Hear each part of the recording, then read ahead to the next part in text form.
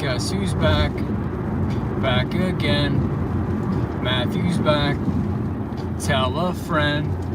Alright guys, look, this time I am driving, so I can't look at the screen, but I felt like going live just to address the situation that happened earlier. If you caught the live, then you know.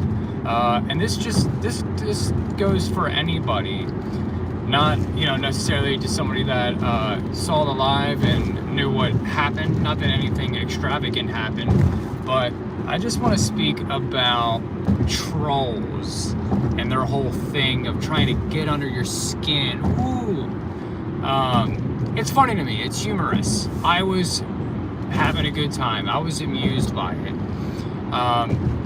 Not once did it get under my skin, but it made me think about just how pathetic, and I'm not doing this to try and bury somebody. And when I say that, I'm not doing that to try and make an example or badmouth somebody or make them look just terrible and being negative, because two wrongs don't make a right.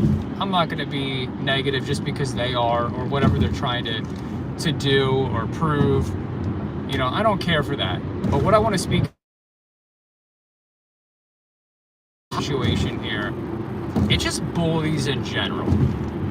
All I want to say is, and I want to relate to you this message, is that if you're dealing with somebody that is just insufferable, they just go out of their way to make your life hell, they do anything to make your life miserable, 9 times out of 10, it's because they are miserable or they have nothing better to do.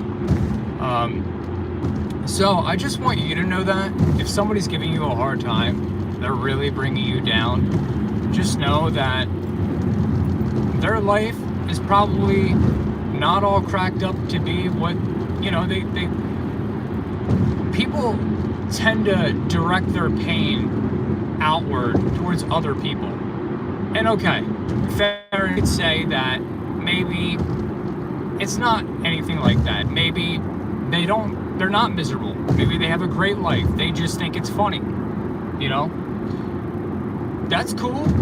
Do your thing. But just know that if you're the person receiving it, whatever the case may be, don't listen to them. Don't let them ever get under your skin, because that's exactly what they want. They just want to bring you down, or they want to have you stoop to their level.